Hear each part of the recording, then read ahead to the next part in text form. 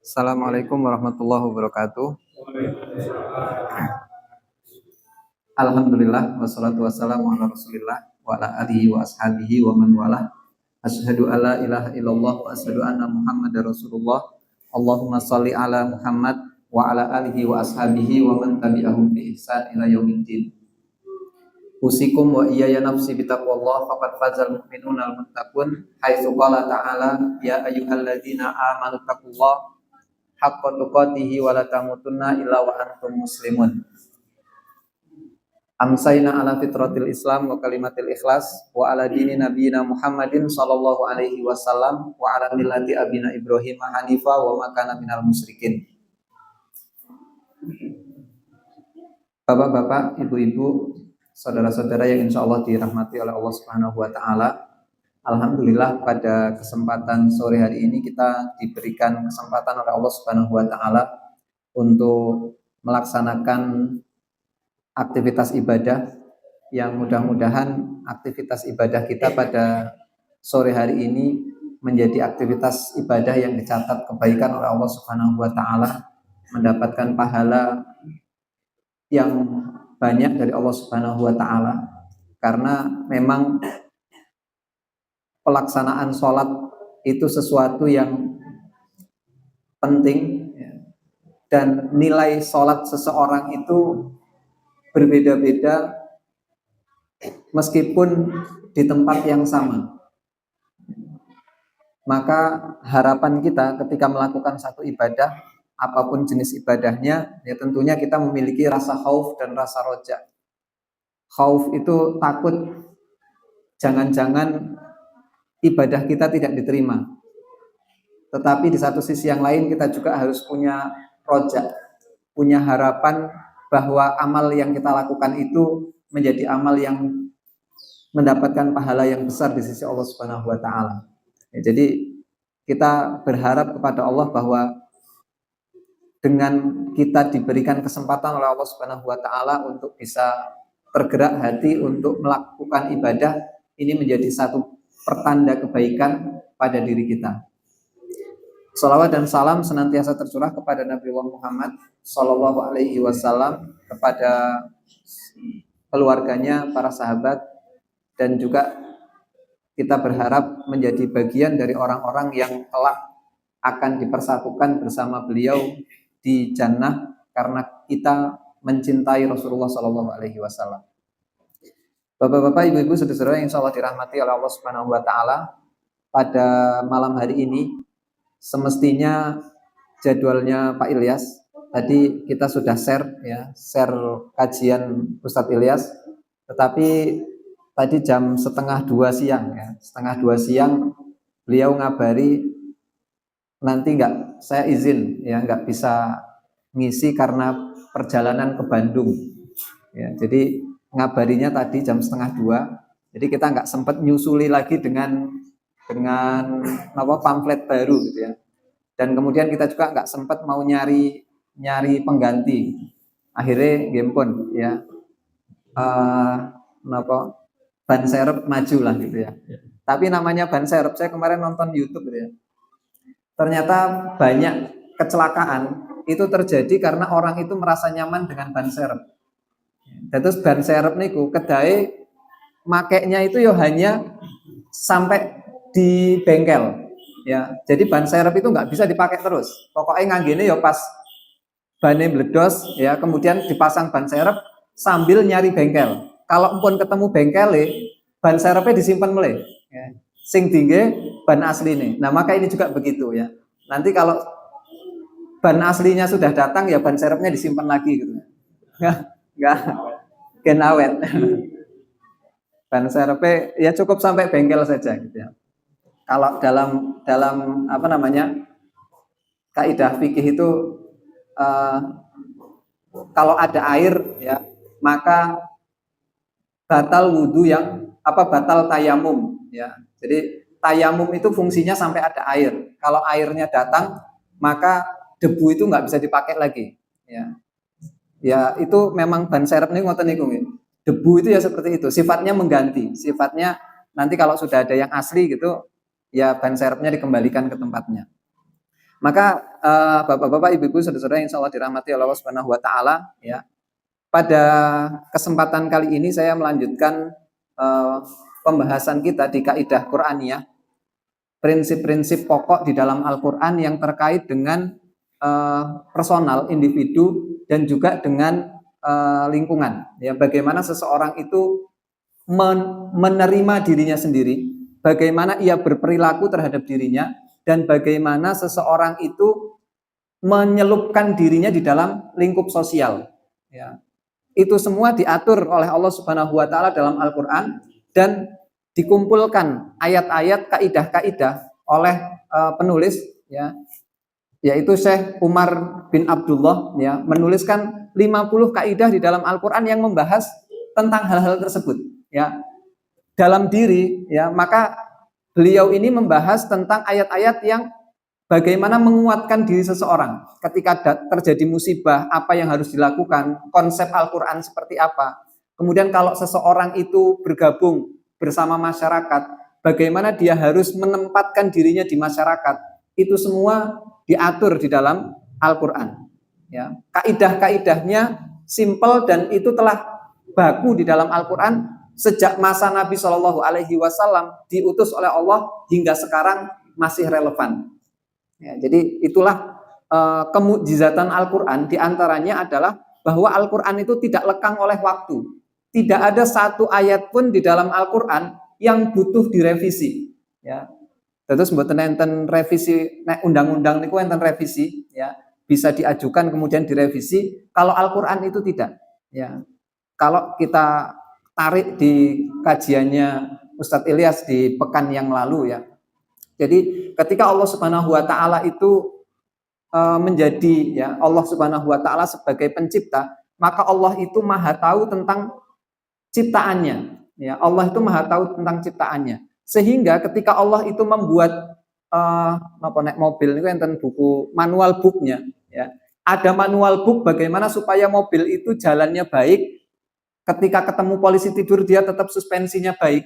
Itu oleh perusahaannya itu pasti sudah dibuat manual book yang dia tahu bagaimana proses mesin itu berjalan. Maka Allah Subhanahu wa taala sebagai Tuhan, sebagai zat yang menciptakan manusia, Allah itu tahu perjalanan manusia dari lahir sampai nanti manusia itu mati. Dari penciptaan awal sampai nanti kiamat dan dihancurkannya seluruh ciptaan Allah Subhanahu wa taala, maka Allah itu tahu semuanya. Sehingga manual book yang diciptakan oleh Allah, yaitu Al-Qur'an, itu tidak lekang oleh waktu. Ya, tidak ada masa expirednya. Mboten enten sing wah ini kan manusia keluaran baru, ya, manual booknya butuh baru, mboten. Ya. Manual booknya sama karena manusianya sama. Ya.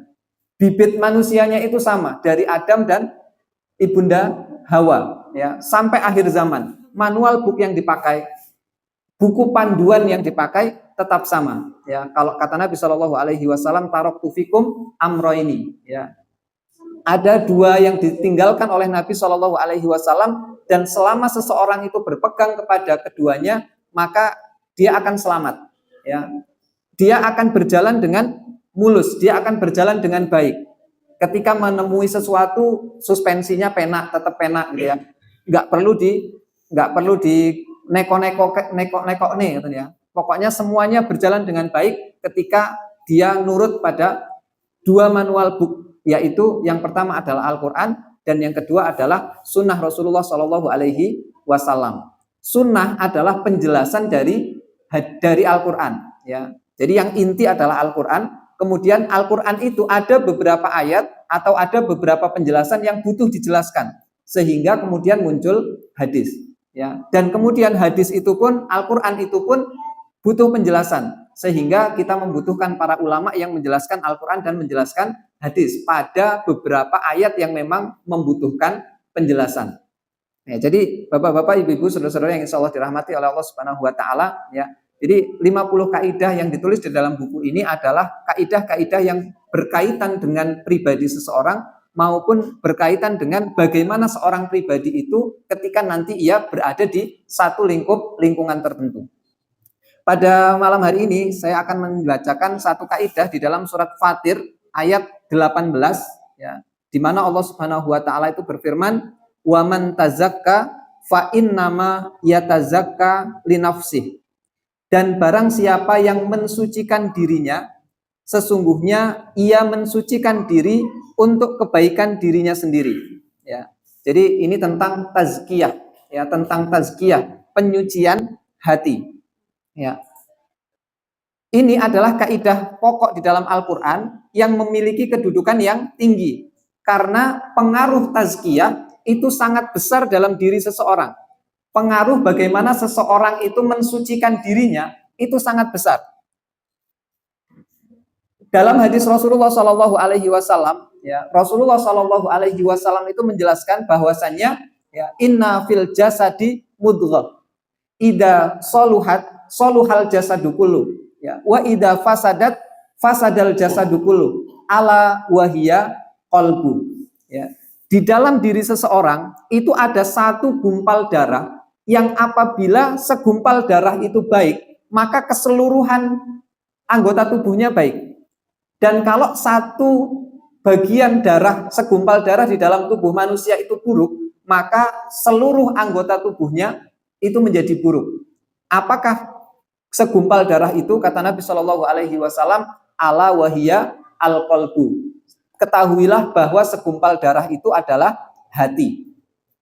Bapak-bapak, ibu-ibu, saudara-saudara yang insya Allah dirahmati oleh Allah Subhanahu Wa Taala, hadis ini tidak hanya kaitannya secara maknawi, bahwasanya wong kuwi nek atine apik mesti perilakunya baik, ya.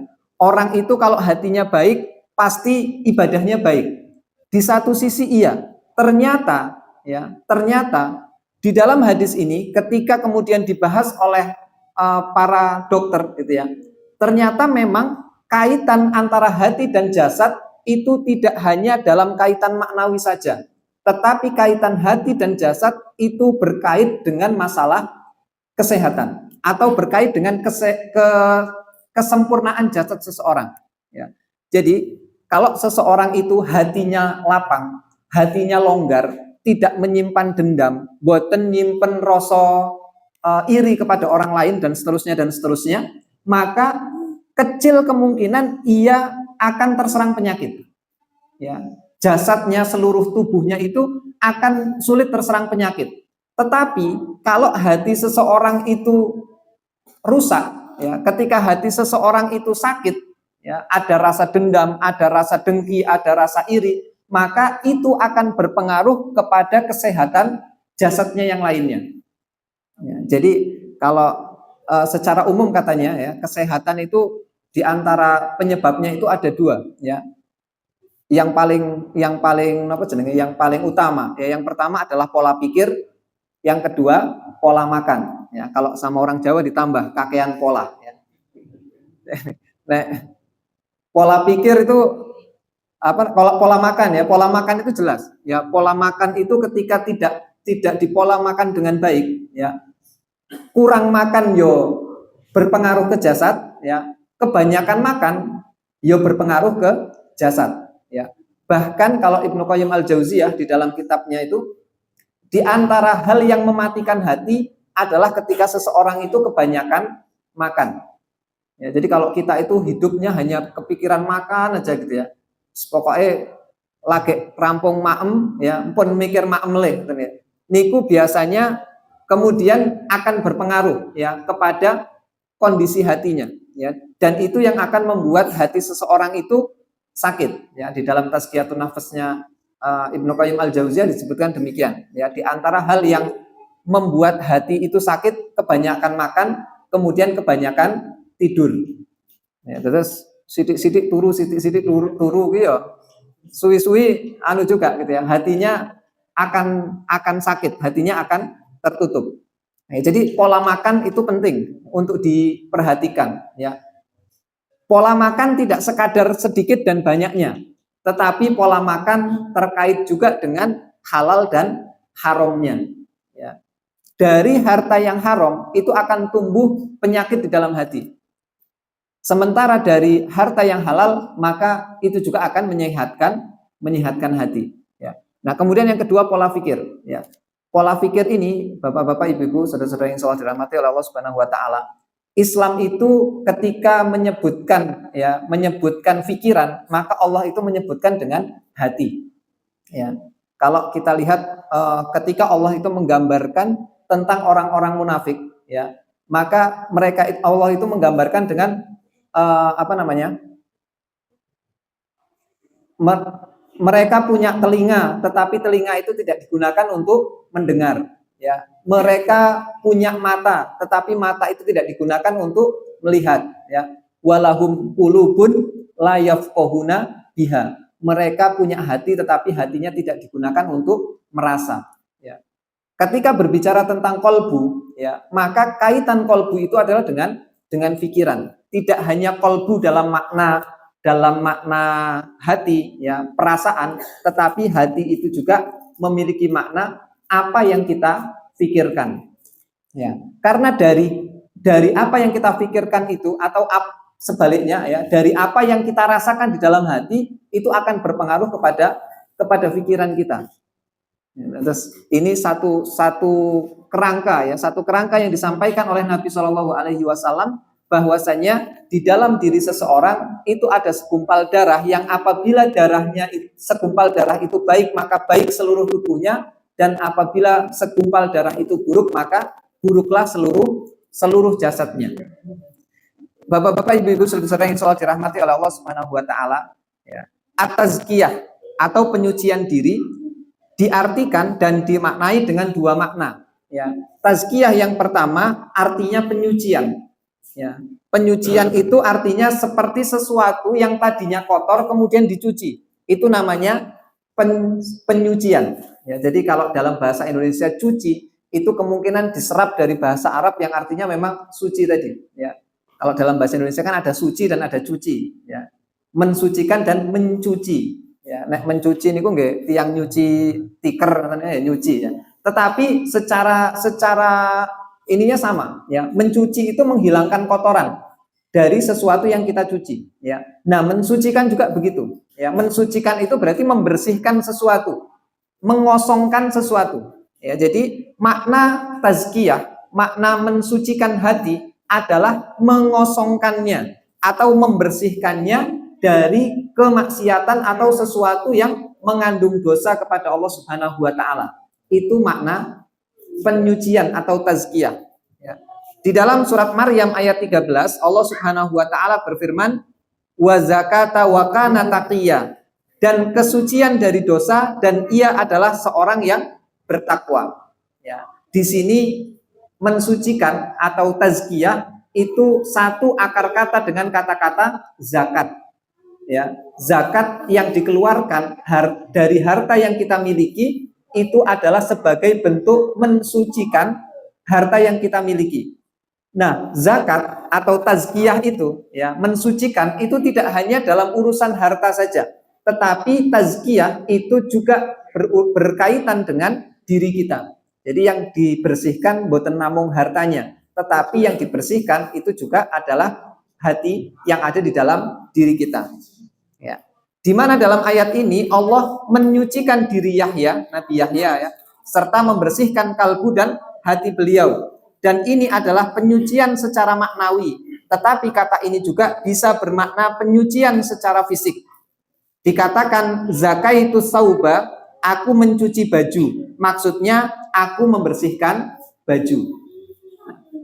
Bapak-bapak, ibu-ibu, saudara-saudara yang insyaallah dirahmati oleh Allah Subhanahu wa taala, dari makna ini saja, ya, dari makna tazkiyah yang ini saja, kita itu mengambil satu pelajaran besar di dalam Islam tentang pentingnya tazkiyah, tentang membersihkan hati.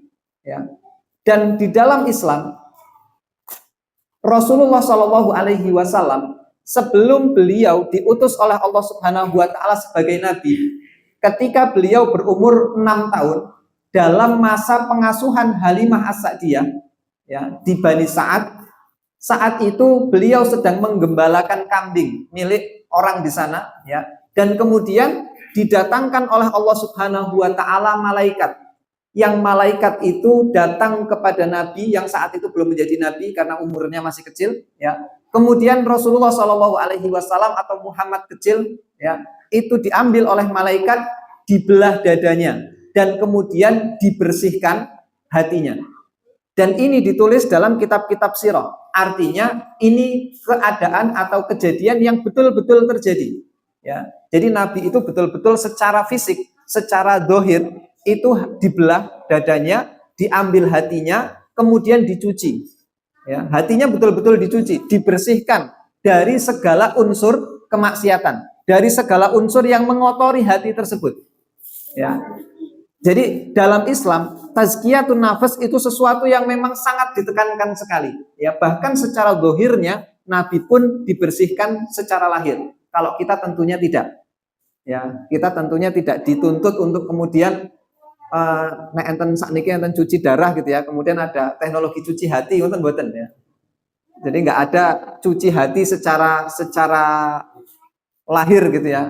Niku mboten ya. Ini hanya pengkhususan bagi Rasulullah Shallallahu Alaihi Wasallam saja, ya, dan nggak usah ditanya. Lah terus nek dibelek, beleke ngangge nopo, ya, jahite pripun, nggih mboten usah. Niki urusan Allah dan malaikat yang tentunya kalau malaikat yang melakukan atas perintah Allah, tentunya Allah itu maha mampu untuk mengembalikan sesuatu yang dari sesuatu yang berbeda kepada sesuatu yang memang diciptakan pertama kali, ya. Dan ini mukjizat Rasulullah Shallallahu Alaihi Wasallam. Ya, tetapi ini menjadi pelajaran berharga bahwa mensucikan hati, membersihkan hati dari kotoran itu adalah sesuatu yang sangat ditekankan. Jadi yang pertama, ya, makna pertama dari tazkiyah adalah mensucikan. Kemudian makna yang kedua adalah bertambah. Ya, jadi kalau di dalam bahasa Arab ada orang mengatakan zakal malu yazku, ya, harta itu bertambah. Ya, jadi zakat dalam makna pertama, zakat itu artinya mensucikan harta.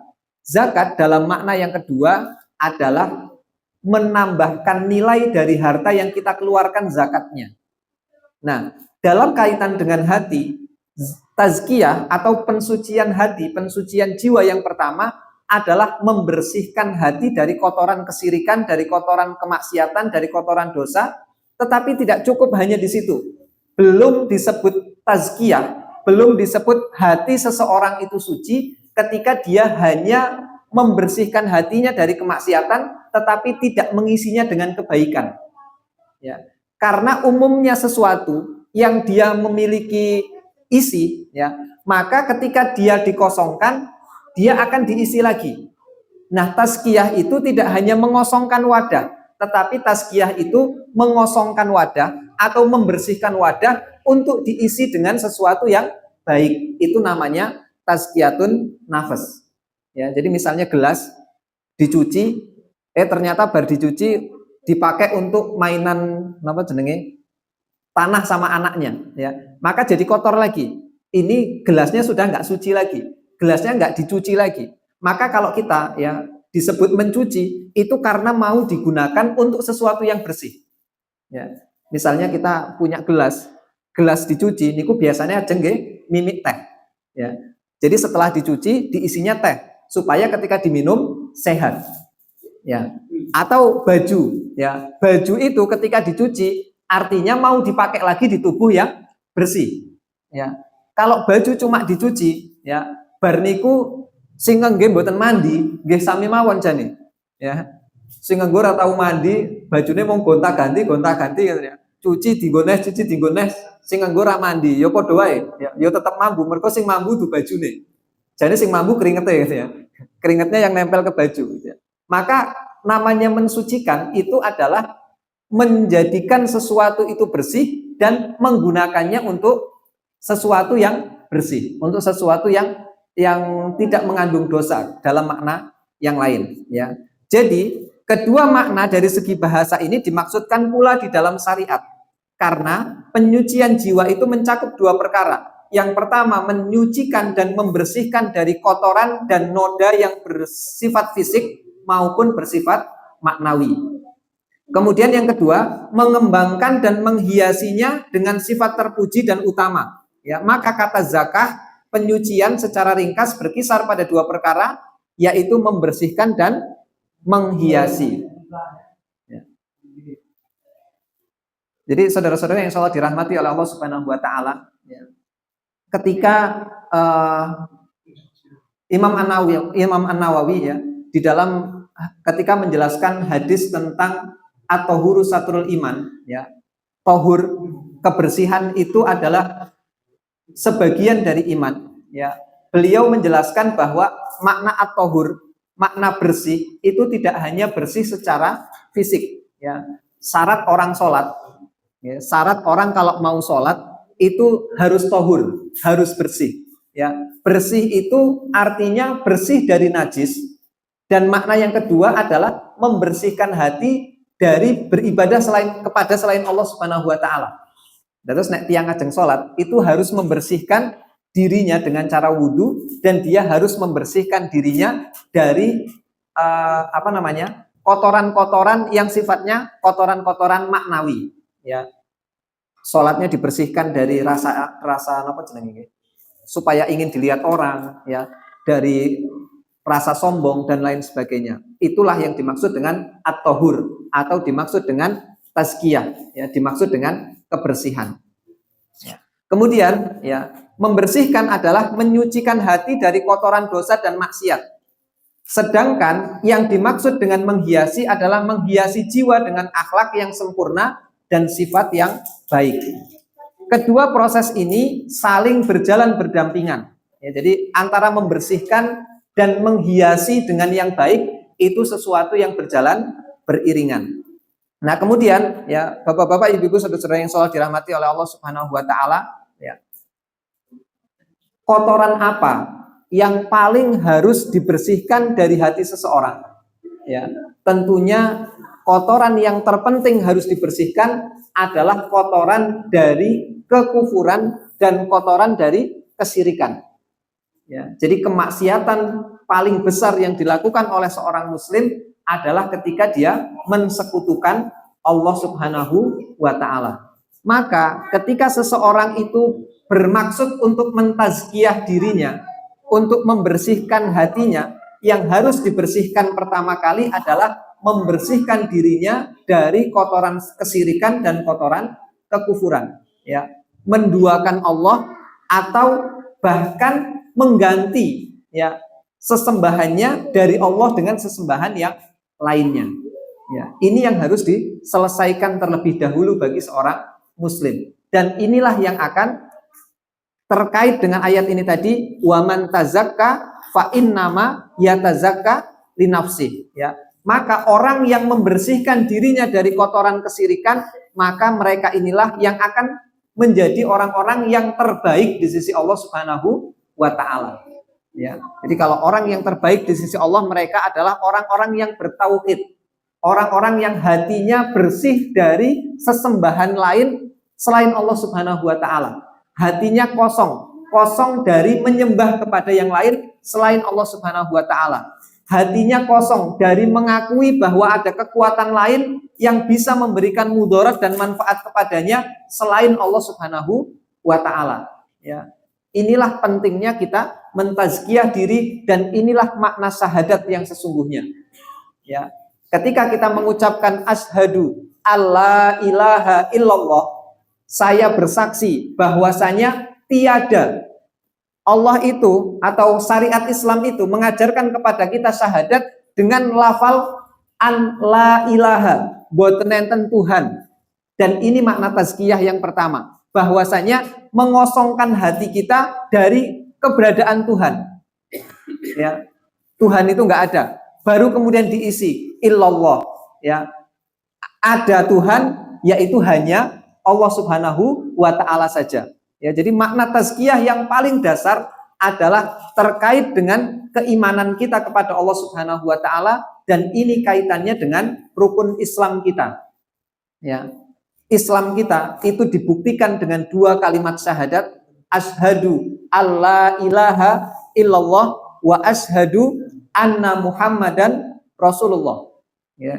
Bahwasanya tidak ada Tuhan ya, dibersihkan hati kita ya. Kalau kemarin di penjelasannya Ustadz Ilyas itu ya, orang-orang dahulu itu mencari Tuhan ya, lihat matahari ya, wah ini kayaknya Tuhan saya besar ya, ngelihat gunung, wah itu kayaknya Tuhan saya, ngelihat apa gitu, wah ini adalah Tuhan saya. maka syahadat itu diawali dengan asyhadu an la ilaha. Itu semua nggak ada, ya. Baru kemudian ilallah, diisi dengan keyakinan, ikrar bahwasanya Tuhan saya hanyalah Allah Subhanahu wa taala. Ya. Bapak-bapak, ibu-ibu, saudara-saudara yang insyaallah dirahmati oleh Allah Subhanahu wa taala, ya. Makna syahadat ini, ya, makna syahadat yang berarti tazkiyah, yang berarti mensucikan diri dan kemudian mengisi dengan penekanan bahwasanya Tuhan kita hanyalah Allah Subhanahu wa taala, ini yang akan menjadi satu hal penting di dalam diri kita, dan ini menunjukkan keislaman kita dan menunjukkan keimanan kita kepada Allah Subhanahu wa taala. Nah, kemudian Bapak-bapak, Ibu-ibu, saudara yang dirahmati Allah Subhanahu wa taala, ya. Ada beberapa cara, ya. Ada beberapa cara yang kemudian kita bisa lakukan, ya, untuk kita mensucikan jiwa kita, ya. Yang pertama tadi adalah mentauhidkan Allah Subhanahu wa taala, ya. Kemudian yang kedua adalah konsisten membaca dan mentadabburi Al-Qur'an, ya. Hati yang sudah kita bersihkan harus dengan apa diisinya? Harus diisinya adalah dengan apa yang telah diturunkan oleh Allah Subhanahu wa taala sebagai panduan bagi seorang muslim. Ketika kita disibukkan dengan bacaan Al-Qur'an, maka hati kita itu akan tenang, ya. Hati kita itu, ya, ketika hati kita bersih, ya, maka ketika dibacakan Al-Qur'an, maka hati kita itu akan merasakan denyut, merasakan detak yang berbeda. Ya, jadi kalau kita, ya, bapak-bapak, ibu-ibu, kalau kita membaca Al-Qur'an, kemudian kita meresapi ayat demi ayat yang kita baca, maka hati kita itu akan menjadi tenang. Tetapi ketika kita tidak pernah menyentuh Al-Qur'an, ya, kita tidak pernah mencoba untuk mempelajari makna dari Al-Qur'an, maka hati kita tidak pernah akan merasakan nikmatnya iman. Di antaranya, ya, ketika kita sholat misalnya, ya. Ketika kita sholat, ya, beda antara orang yang sholat membaca ayat atau membaca doa dengan pemahaman atas isinya dengan orang yang membaca dan tidak memahami maknanya. Ya, maka kita mencoba untuk ketika Jumat malam, ya, mentadaburi, ya, bersama Ustadz Ilyas, ya, mentadaburi Al-Qur'an, yang harapannya kita tidak sekedar baca ketika baca Al-Qur'an, tetapi kita tahu maknanya, kita bisa memahami apa yang diinginkan oleh Allah Subhanahu wa taala dengan turunnya ayat-ayat tersebut, ya, sehingga kemudian hati kita itu hidup, hati kita menjadi hati yang mampu untuk menangkap kebaikan, ya. Karena kadang hati itu ketika sudah keras, ya, hati itu ketika sudah dipenuhi dengan kemaksiatan, maka hati itu akan sulit untuk menerima kebenaran. Tetapi ketika hati itu kita bersihkan, diantaranya dengan membaca Al-Qur'an, mentadaburi ayat-ayat Al-Qur'an, maka kita ini akan menjadi orang yang ketika ada kebenaran, kita mudah menangkapnya.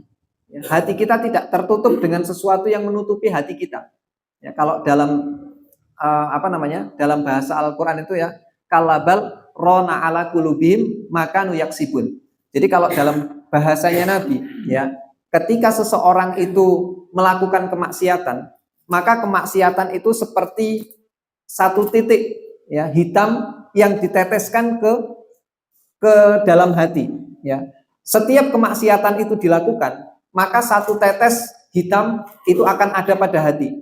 Kemaksiatan kedua diteteskan lagi, maka titik hitamnya itu semakin luas. Kemudian kemaksiatan dilakukan lagi, maka titik hitam itu akan semakin besar, semakin besar. Semakin banyak kemaksiatannya, maka hati itu akan semakin tertutup. Ya. Bahkan hati itu bisa betul-betul tertutup. Ya, kalau dalam bahasanya Al-Qur'an, kalabal rona ala qulubihim makanu yaksibun. Ya, hati itu tertutup dengan satu penutup. Apa yang menutupi hati? Kemaksiatan. Ya, kalau orang itu semakin banyak kemaksiatannya, maka ketika ada kebaikan datang ke telinganya, dia dengar sebenarnya itu sebuah hal yang baik, maka dia ini akan menolak kebaikan itu karena hatinya tertutup. Ya. Selama hati itu, ya, ditetesi dengan tetes hitam kemaksiatan dan dia tidak mencoba untuk membersihkannya, maka Naudzubillah ketika kemudian hati itu sudah betul-betul tertutup. Dia sudah tidak bisa lagi membedakan mana baik, mana buruk. Dia sudah tidak bisa membedakan lagi mana yang manfaat, mana yang mudarat. Bahkan ya naudzubillah ketika ada ya sesuatu yang dikatakan kepadanya bahwasanya ini haram atau ini halal, pertimbangan yang menjadi pertimbangan dia bukan lagi ini halal atau haram, tetapi pertimbangannya ini menguntungkan bagi saya atau tidak. Ya, itu ketika hati seseorang itu sudah tertutup. Ya, ketika kemaksiatan banyak gitu ya. Wong kok ngelakoni kemaksiatan rampung-rampung ya. Bahkan kemaksiatannya tidak diiringi dengan kebaikan ya. Maka kemudian ketika ditegur ya dengan satu teguran ya bahwa ini tidak boleh misalnya, maka kemudian dia akan membuat perlawanan atas nasihat yang diberikan oleh orang yang menasihatinya. Ya, saya kemarin dengarkan YouTube-nya Gus Kausar ya. Dengarkan YouTube-nya Gus Kausar terkait dengan sound horeg gitu ya. Ketika ada ulama gitu ya, ada ya ulama-ulama bahsul masail yang menyebutkan bahwa sound horeg itu haram ya. Itu ternyata ada sebagian orang itu yang kemudian menjawab dengan jawaban-jawaban yang luar biasa di luar nalar gitu ya. Jawabannya, wah itu nggak benar itu fatwanya dan lain sebagainya. Saya tertarik betul ketika kemudian Gus Kausar ya Pelosong ya, salah satu kiai di Pelosong itu menyebutkan awake dhewe iki nek urung iso nglakoni kebaikan atau belum bisa meninggalkan keburukan, ya minimal orang maido sing memberi nasihat ya. Kalau kita itu belum bisa meninggalkan yang haram, yo jangan jangan meniadakan keharumannya. Yo wes dhewe yakin bahwa itu haram. Ning nyuwun makdirah sama Allah gitu ya. Ya Allah, aku yo ngerti nek iki haram ning aku urung iso ninggalno. Itu masih jauh lebih baik daripada kemudian kita menolak bahwa itu sesuatu yang salah. Ya. Jadi kalau kita belum mampu untuk meninggalkan yang buruk, jangan kemudian menghalalkan yang buruk itu menjadi kebaikan. Naudzubillah min dzalik ya. Hal yang saat ini sedang hangat di media sosial adalah bahasane lare sakniki niku normalisasi ya. Normalisasi kumpul kebo dan normalisasi zina di luar hamil di luar nikah. Ya, gara-gara ada satu kasus seorang artis yang dia hamil di luar nikah kemudian membuat drama di sosial media dan lain sebagainya yang kemudian orang itu banyak mendukung dia. Ya. Padahal zina itu dari dulu sampai nanti akhir zaman zina itu tetap haram. Meskipun yang melakukan itu artis mau yang melakukan siapapun ya. Meskipun yang melakukan itu bagaimanapun kondisinya, ya namanya zina tetap haram. Ya, dan sesuatu yang sudah disebut haram itu tidak perlu dinormalisasi. Ya, di Malang, ya ini lagi tren di Malang, itu kumpul kebo. Ketika diwawancarai, itu katanya alasannya latihan nikah katanya. Ya, latihan nikah nanti kalau nikah itu biar sudah terbiasa hidup berdua gitu. Jadi sudah saling masake gitu. Mahasiswa-mahasiswa di Malang itu ketika diwawancarai itu banyak yang bahasanya sekarang itu ada bahasa halusnya, saya lupa. Bahasanya anak sekarang itu bukan kumpul kebo, tapi apa gitu, ada istilahnya. Yang intinya kumpul kebo ya. Nah, itu kemudian seolah-olah dinormalisasi, ya, seolah-olah dinormalisasi. Dan khawatirnya inilah efek dari ketika hati seseorang itu sudah tertutup dengan kemaksiatan. Ya, ketika dia sudah tidak bisa lagi menerima kebenaran sebagai sebuah kebenaran, yang ada di dalam hatinya itu nolak. Istilahnya nek hati itu sudah ditutup sama keburukan ya, hatinya sudah ditutup dengan keburukan. Ini ponenten plastiknya ngeten iki ya, semutnya ra iso mlebu ya. Kalau ada yang mau masuk ke dalam roti ini itu nggak bisa karena ada penutupnya ini. Maka supaya roti ini bisa dimakan, ya dia harus dibuka. Ya, kemudian dikeluarkan dan dibersihkan, baru ininya bisa dinikmati. Ya. Dan hati itu ketika masih dibungkus dengan kemaksiatan dan dia tidak dibersihkan, maka sebanyak apapun kebaikan akan masuk ke dalam hati, maka kebaikan itu pasti akan tertolak. Ya, nek nolaknya masih apa tadi ya? Istilahnya, ya Allah, aku ya jane ngerti nek kuwi apik ning aku urung mampu, itu masih mending. Yang paling berbahaya adalah ketika kemudian datang kebaikan, datang peringatan, dan kemudian kita menghalalkan apa yang haram dan mengharamkan apa yang halal. Ya, gara-gara nggak senang kemudian, gue ora usah dipangan gue, ya. kuwi haram kuwi padahal sebenarnya halal ya. Atau sebaliknya ya, ngono diharamne wong enak kok diharamne ya. Daging paling enak kuwi babi ya katanya. Mosok sing enak-enak kabeh haram ya.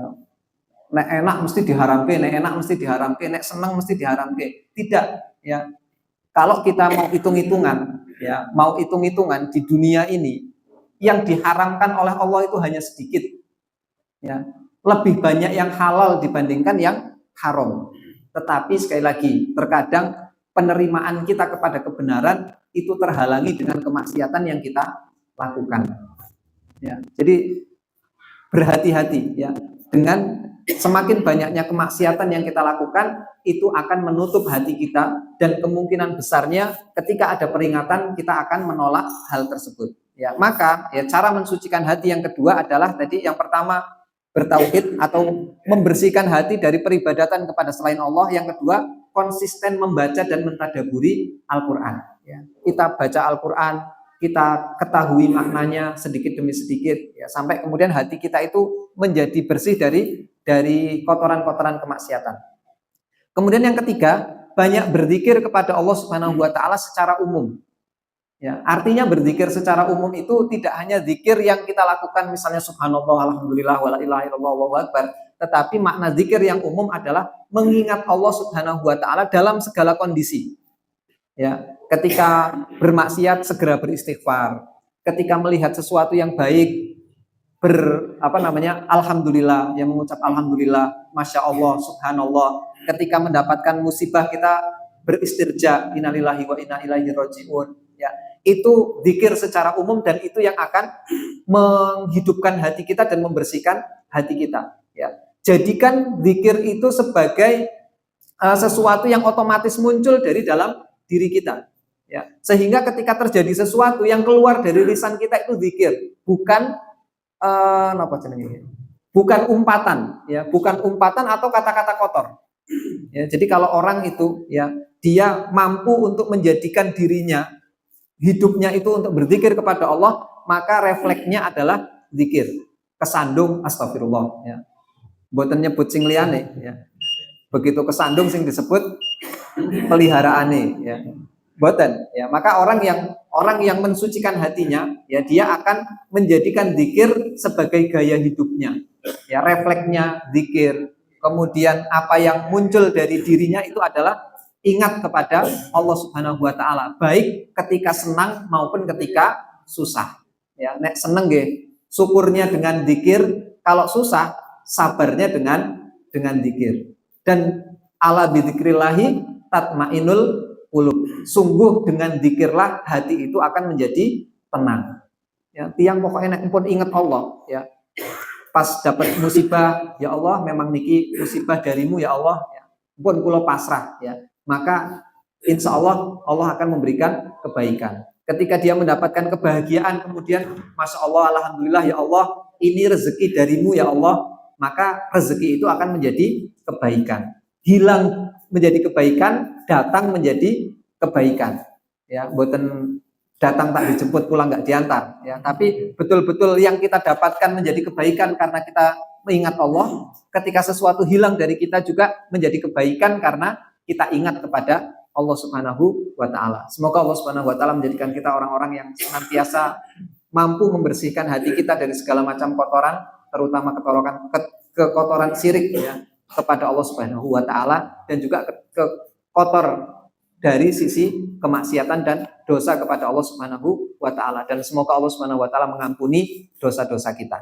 Kita tutup dengan doa kafaratul majlis. Subhanakallahumma rabbana bihamdika asyhadu alla ilaha illa anta astaghfiruka wa atubu ilaik. Assalamualaikum warahmatullahi wabarakatuh.